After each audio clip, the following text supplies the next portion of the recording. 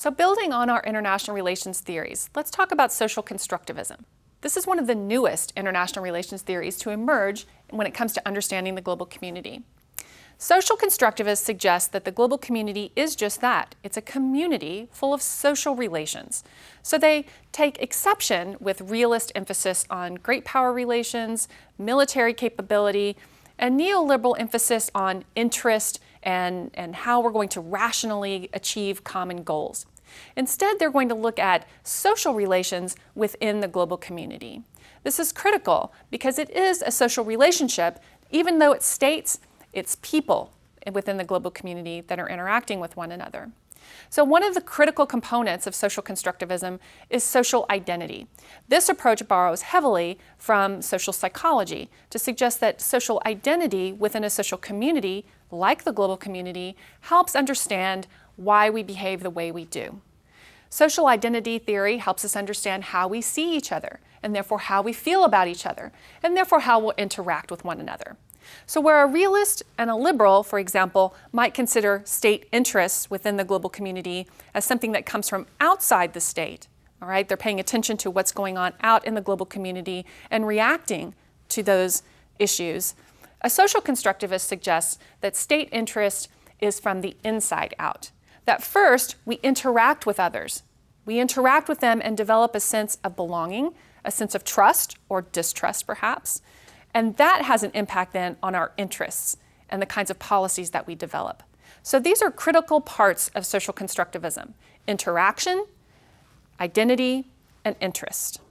So for an example of social constructivist interpretation of a particular global issue, let's look at the difference between nuclear weapons in North Korea or nuclear weapons in Iran versus nuclear weapons, let's say, in Israel or the United Kingdom.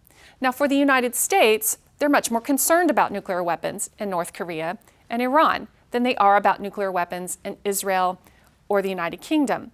Why is that? It's the same capability. To a realist, it's about the capability. A nuclear weapon is a nuclear weapon. You could harm someone no matter who you are, right? But for a social constructivist, it matters whether you're friends or whether you're enemies, whether you trust or distrust, whether you have a sense of belonging and community with your counterpart or whether you don't. That has an impact ultimately on what your interests are.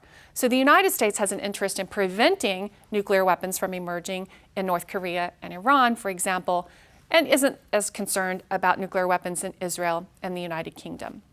So just to reiterate, interests of states, interests of global actors don't come for a social constructivist from the outside in, not exogenously given, as they would say, but are endogenously created. They are created through that community, that interaction, that creates identity, and then interests. So our friends, we interact with them differently than those with whom we are not very friendly.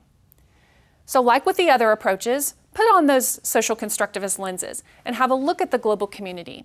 Using those social constructivist lenses, see if you can perhaps make a distinction between U.S. decision to involve themselves in Kosovo, for example, as opposed to Rwanda. Is there a difference? How would a social constructivist explain that? Look at the United States' relationship with Taiwan versus its relationship with China. Perhaps a social constructivist might help us understand that. You might even look at the North-South divide. Think back about our discussion about that development gap between the North and the South and how countries might interact with each other given that development gap. Might a social constructivist help us understand that divide? What do you think?